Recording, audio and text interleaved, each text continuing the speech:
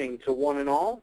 I'd like to welcome you all to the this is the fourth out of four Rater Refresh training for the January-February CHI testing and rating period here in, let's see, January 28th of 2015.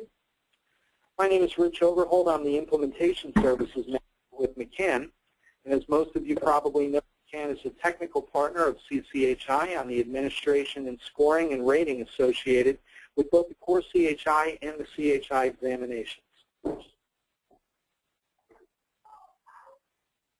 Now, folks, our agenda for tonight's session, I'm going to be in this meeting for approximately 30 minutes. We're going to spend just about 5 minutes on our overview. I'll be moderating that portion of the meeting. We're going to then spend about 20 minutes on the Rater Refresh portion of things. Again, that will be my moderation. We will ask Natalia to present a couple of slides once she's able to get connected here. And at the end of our session, we're going to provide a few minutes for a question and answer. Certainly feel free to ask us anything relating to the process or any of the materials that we go over here in our Rater Refresh training. Now, here's your basic overview. On the CHI examination, all interpretation and site translation problems are scored. For CHI, we utilize anchored rating scales with specific quality of response associated with each score point assigned by each of you as raters. Criterion ratings are randomly inserted during the rating process, and this is done for the purpose of providing a standard measure of quality control across the rating process that can be applied to the entire rating effort as well as each of you individually. All responses that are put forth by the test candidates are scored by 2 raters. If the 2 raters that are rating one particular response differ by more than 1 point in their assignment of the score, then that item will be automatically routed to a 3rd rater we refer to as a chief, who is in charge of making the final score determination for that item.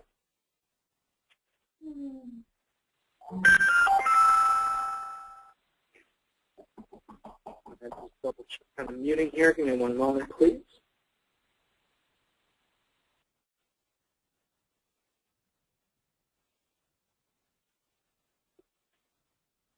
All right.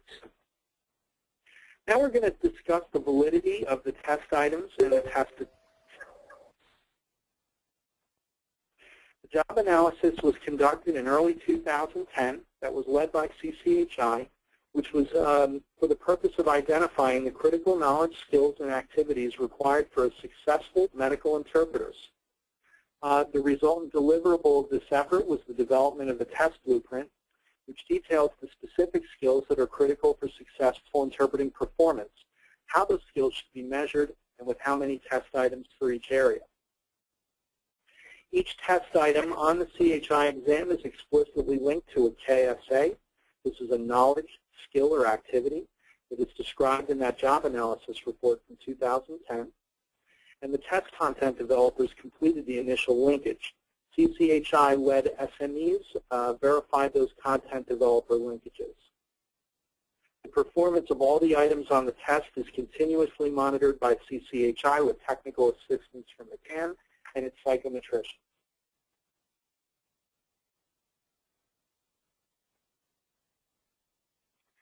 Now, it is critical to successful and accurate rating and scoring that you as raters keep in mind at all times what the target audience is for the CHI assessment. To that end, please keep in mind that the purpose of this exam is to distinguish minimum proficiency as a healthcare interpreter from lower levels given the target audience, not to identify masterful interpreters. We mentioned target audience. In this case or context, this refers to a person who is able to perform the functions of an entry-level healthcare interpreter competently and independently in a healthcare setting with the knowledge, skill, and ability required to relay messages accurately from a source language to a target language in a culturally competent manner and in accordance with established ethical standards and principles. Also keep in mind that entry level in this case means the level required to be able to begin to perform unsupervised healthcare interpreting competently. The CHI examination utilizes what are referred to as anchored rating scales. Now, hallmark of anchored rating scales is that each score point has associated with its specific definition. And the task for each of you as a rater is to then identify the item that you're rating in the context of the anchored rating scales, and then to assign a rating based upon your common interpretation of the definition provided on the scale itself for each level of performance. There are very distinct and well-defined advantages to utilization of anchored rating scales. They are very easy and intuitive to use. They provide very specific feedback to the candidates, and they minimize the risk of rater subjectivity as much as possible. And the sort of scoring being conducted for CHI is referred to as performance scoring, as opposed to knowledge scoring, which is utilized on the core CHI exam. And this allows the testing of candidates on very complex content requiring detailed response. In the case of CHI, the items require examinees to generate a response which is then scored by all of you as the raters. There are known issues with performance scoring. Such content can be difficult to score. The scoring process itself is inherently with a greater risk of subjectivity. This is what necessitates periodic rater refresh trainings like this. It is a far more costly process, mostly because of the extra human involvement with all of you as the raters. And it does require raters who require significant upkeep. You require refresh training and constant monitoring of performance. There are known risks to high-quality rating, and CCHI as an organization takes great efforts to mitigate that risk. Hi, Dana. Good rating requires sound inter-rater reliability. And what this means is that raters must agree with their ratings of the same test taker's response to an item. And to the extent the raters agree, we have good inter-rater reliability. The use of anchored rating scales and the rater refresh meetings like this one, each rating cycle are meant to maintain that good rater agreement. Now, additionally, McCann regularly tracks and reports on rater performance each cycle and also each year, making sure that each of you as raters perform consistently. There are known threats to quality rating, and you as raters should keep these issues in mind as you go and conduct your scoring. One of those items is called the halo effect. It's a situation where positive or negative performance on a part of a test can influence ratings on other parts of the test. For example, test taker does really well on one problem, and you subsequently rate them and view them positively on other problems. Another problem is central tendency. This is the failure to differentiate across candidates, essentially assigning near equal ratings to all problems regardless of the actual performance of your test takers. Another item is contrast. This is a situation where test taker performance is judged not against the anchored scale, but rather against the performance of other candidates that are recently tested. And another item is drift. And this is a situation that arises over time when essentially a rater applies different standards or interpretations of the anchored scale evolving over time. Now, some things that we'd like you to keep in mind as you rate here in 2015. Two pretty important questions. Are you rating within the specified guidelines and scoring definitions? And do candidate errors actually represent a shift in meaning? These are two very important points. Certainly towards the former point, the guidelines and scoring, it's definitely useful for us to review the rubric that we do in each of our rater refresh sessions. So let's go ahead and dive into a bit of a review of the scoring rubric. It is worth mentioning that this is the same rubric that has been in place since the launch of the test back in early 2012. We utilize the same 4 domains and the same 4 score points within each one, as well as the same performance level descriptors associated with each of the score points. Let's go through the domains. Let's go through the score points and the performance level descriptors at each one. First domain is your register.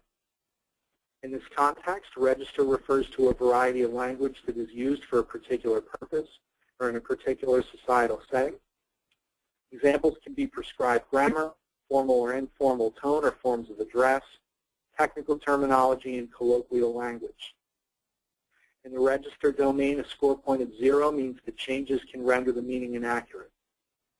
A score point of 1 means the changes in register can shift the meaning of a score point of 2 means the changes in register don't affect meaning. And a score point of 3 means the register is maintained. Our second domain is lexical content. In this context, lexical content refers to units of information or facts. These can be individual words or groups of words or phrases that communicate a single concept. In this domain, errors can include omissions, additions, and the inaccurate translation of a unit of information. In the lexical content domain, a score point of 0 means that errors render the meaning inaccurate. A score point of 1 means that errors in lexical content can shift the meaning of the message. A score point of 2 means that errors do not affect the meaning. And a score point of 3 means that lexical content is maintained. Our third domain is grammar. In this context, grammar includes a set of rules that govern how sentences, phrases, and words are assembled and put together in a given language. Examples of errors in grammar can include verb tense, number, gender, or word order or syntax. In the grammar domain, score point of 0 means that errors render the meaning inaccurate. Score point of 1 means that grammatical errors can shift the meaning of the message. Score point of 2 means that grammatical errors do not affect meaning. And finally, score point of 3 means that grammar is maintained. And finally, our last domain is the quality of speech. In this context, quality of speech focuses on physical characteristics of the produced speech. And this can include false starts, repetition, poor pronunciation, volume control, pace, and intonation. A 0 score in the quality of speech domain means that changes render the meaning inaccurate. Score point of 1 means changes in the quality of speech can shift the meaning of the message. Score point of 2 means that changes in the quality of speech don't affect the meaning. And finally, a score point of 3 means the quality of speech is maintained. Now, folks, please keep in mind, as always, that each score point within all the rubrics has a specific meaning across all the domains. And all the rating is to be done with that meaning in mind. 0 always means changes or errors render results inaccurate. 1 always means that changes or errors shift meaning. 2 always means changes or errors do not shift meaning. And 3 means there are no changes or errors. And also keep in mind, it's an important point, that scoring is not just counting the errors, but rather assessing the impact of those errors on the meaning. If a candidate should self-correct, we ask that you score that candidate's last utterance regardless of whether it is right or wrong. Events of this nature should be considered as a false start when you're rating for the quality of speech domain. If you find it helpful to do so, we ask that you score the lexical content domain first. And we also ask you to keep in mind that omissions be treated as lexical content errors.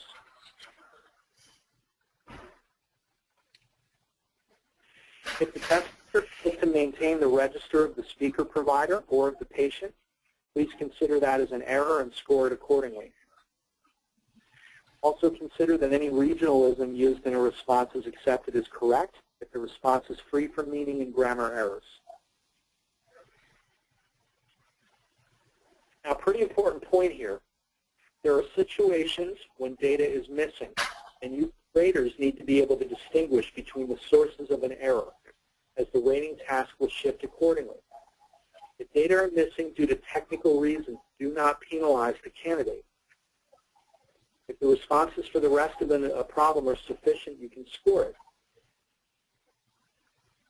This doesn't concern key issues related to scales, such as medical terms or terms of art or colloquialisms. In this case, you would make a note such as audio cut off. We ask that you mark utterances that are absent for technical reasons as inaudible when appropriate. If you can't score, just mark it as cannot be rated. On the other hand, if data are missing due to candidate reasons, we ask that the candidates be penalized. If 50% or more of a recording is missing and the response can't be rated, we ask that you check the box, cannot be rated, and provide a comment in the notes box. Guys, we're going to harp on this a little bit more than in prior rating periods. Every time we do rater refresh, we ask, use raters, in addition to providing the rating number to each vignette, please provide comments.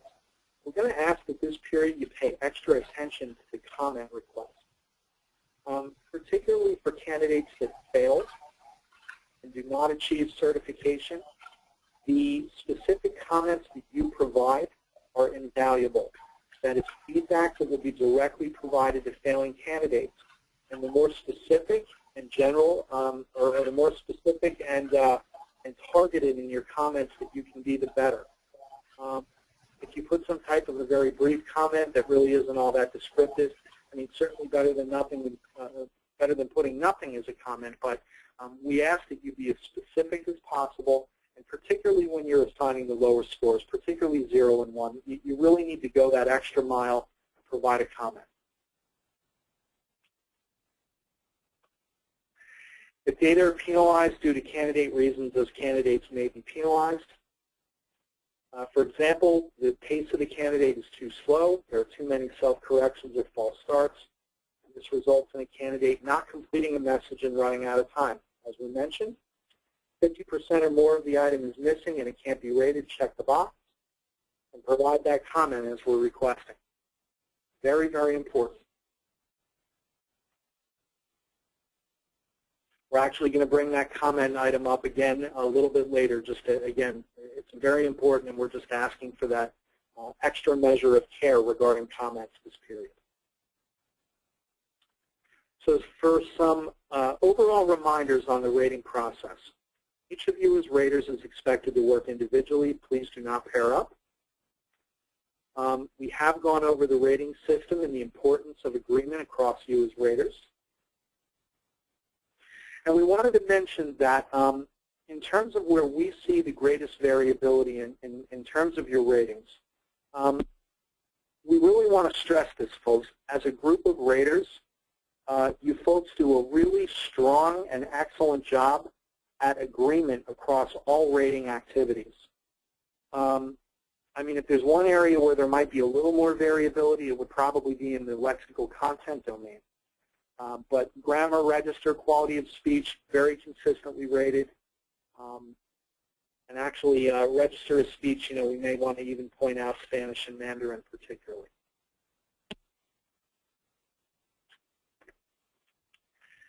CAN and CCHI jointly review rater performance at the end of each testing window, and we consider 3 pieces of information as we do so. How well did each of you as raters agreed with each other and your peers? How often did each individual rater require a judge compared to the group at large? And how variable were the ratings for each of you as raters? We also want to mention, if you have not heard directly from CCHI regarding your performance, it means that your rating falls within the range of acceptable standards. And in that case, congratulations, kudos are yours. Please keep up the great work. Let's talk a little bit more about comments. CCHI is requesting, if you assign a score of 0 or 1, you must provide a comment. We've already spoken as to the importance and why that's kind of a meaningful thing.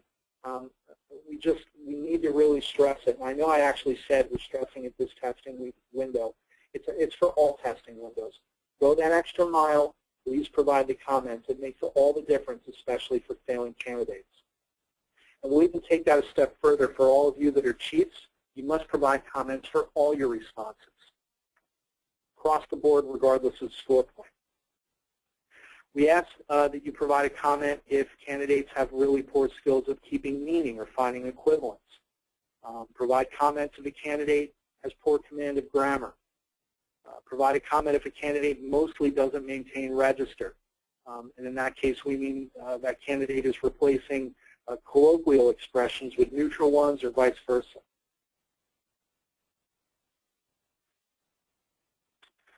Objectivity in scoring is critical. Because each of the languages certified by CCHI is spoken in multiple locations, this often results in many variants of the same language. And keeping that in mind, CCHI has recruited raters from a broad spectrum of countries to participate as raters. Objectivity also gets ensured by having multiple raters rate each candidate, as many as 14. 2 candidates per vignette, 7 vignettes, 2 times 7 is 14. The use of multiple well-trained raters ensures that a candidate's rating is free from many of the well-known rater effects, as well as other threats to objectivity. And of course, folks, as a final measure in cases where raters fail to agree on a particular item, that judge or chief is used to provide the overriding final rating. Collectively, these measures work together to ensure that ratings for the CHI exams are free from bias as possible and as representative as much as can be of the candidate's true level of performance.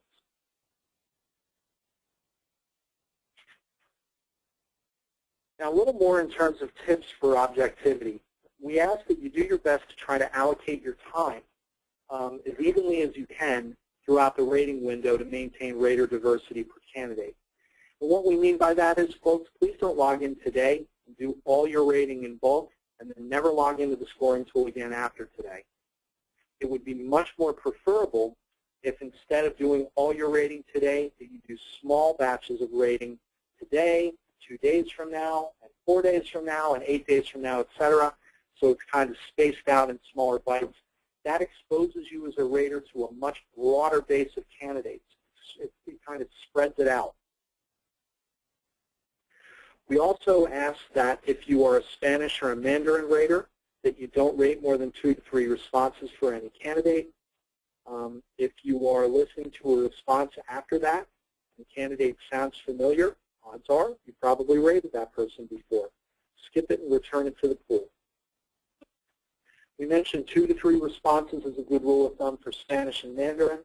As Arabic has a slightly smaller rater pool, you can probably do 4 to 5 vignettes per candidate instead. And we're also going to give you some specific guidelines regarding how many items you are allowed to score now that rating is actually going to begin. So let's move to our next slide. So when can you start to rate? Well, as soon as we're done our session here tonight, the light is green. Feel free to log into the scoring tool. The URL and web address, as well as the login and password, has not changed. You can log right in and get started tonight. If you're a Spanish rater, again, start right away. You can rate up to 150 vignettes. At that point, we ask that you stop. Wait for instructions from either Natalia or myself concerning additional work. Again, with Arabic and Mandarin raters, feel free to start tonight. You can rate up to 20. Again, we ask you to stop at that point. Please wait for further instructions as far as going forward. It's okay to rate 10 or 20 more, etc. I did want to provide kind of a practical tool, or a practical tip rather, when you're in the scoring tool for trying to help with the objectivity that I mentioned a couple of slides back. When you're looking at the information providing for each vignette, you will notice there is a user ID listed.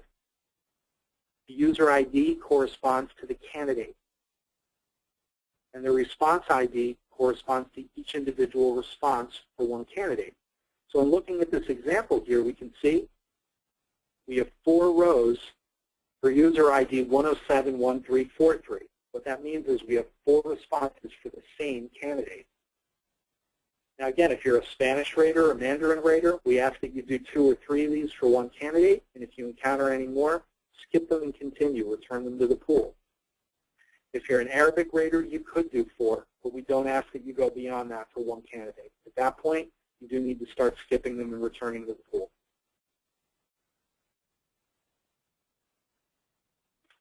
Now this brings us to the slide that discusses ADA accommodations and policies. For this, we're going to turn things over to Natalia. Thank you, Rich. Hi, everyone. Sorry I was a little late to the presentation. As you know, we do provide human readers as accommodation for candidates who are blind or have difficulty with vision. this testing window, we're not anticipating any candidates of that kind, but just to remind that with human reader assisted exams, you may hear directions in English when the candidate could say stop or next. Please ignore those directions. They are meant for the human reader. Also, candidates who get this kind of accommodation may run out of time during the site translation segment because they are performing it differently via prepared simultaneous, so you may also hear the English text read by the human reader. But as I said, we don't anticipate any of this testing window. Thank you, Rich. Thanks, Natalia. Now, when one of you have questions, please keep in mind a couple of things. First of all, CCHI is ultimately the owner of all the policies, tracking hours, or being out of country, having to start or stop rating, etc. So if you have any questions of that nature, we do ask that you address them to Natalia or to Malika as appropriate. Provide their contact information in a moment. And we ask that you contact McCann only for customer support related issues, issues with a platform, the scoring tool, questions relating to the mechanics of scoring. We'll also provide you with our contacts in just a moment. During the business hours listed, please contact McCann Technical Support with any and all issues. 7:30 to 11 p.m. Eastern, that's Monday through Thursday. 7:30 through 6 p.m. Eastern, that's Friday and Saturday. If needed, the customer support desk will escalate to Beth Tobin or myself or Matt Daniker and others that are on our team.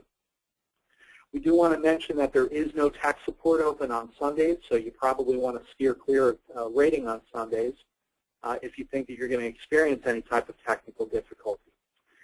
If you do need to reach out to the help desk, we do provide a toll-free number. This is the 866 number listed here. And you can reach us via email at measuredsuccess@mccantesting.com.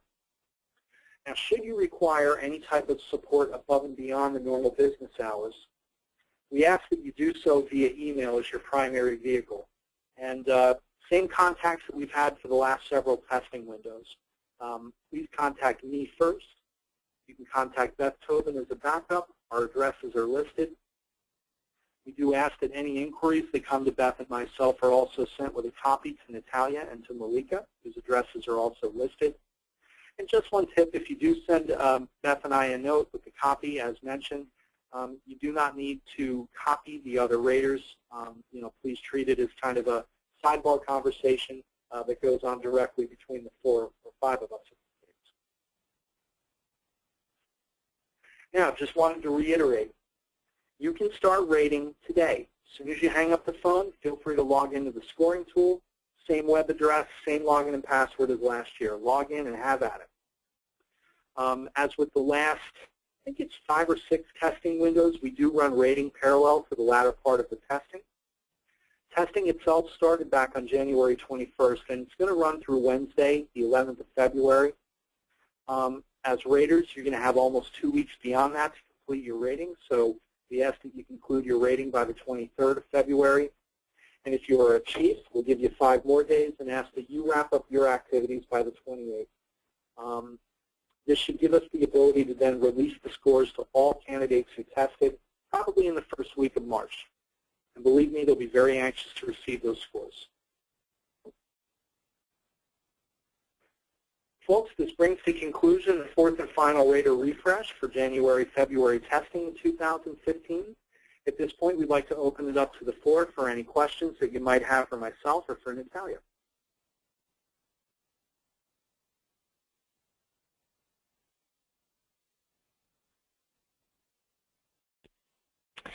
Okay, well, let me take this opportunity to do the roll call to make sure that I have the accurate record of who is present. So I see Dana, Dong, Grant, Guadalupe, and Jane. So if I didn't name anyone, please let me know.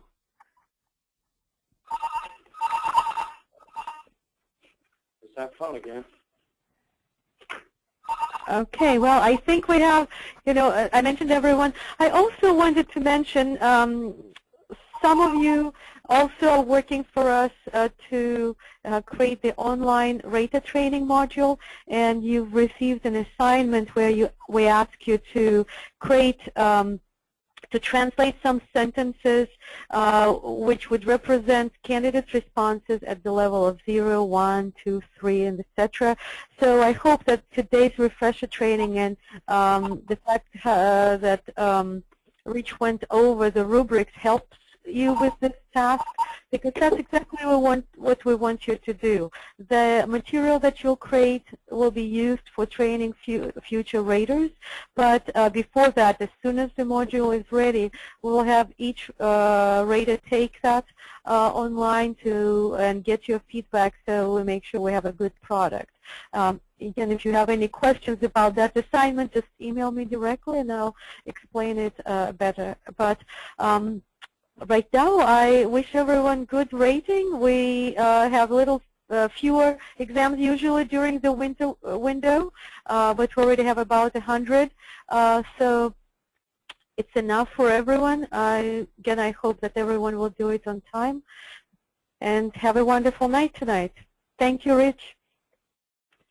Thanks, Natalia, and thanks again. Happy rating to one and all. Looks like there's about 33 exams that have already been completed, so you can certainly have APA rating right away. Contact us if you have any questions or any issues at all. Thanks again, everybody. Have a great night.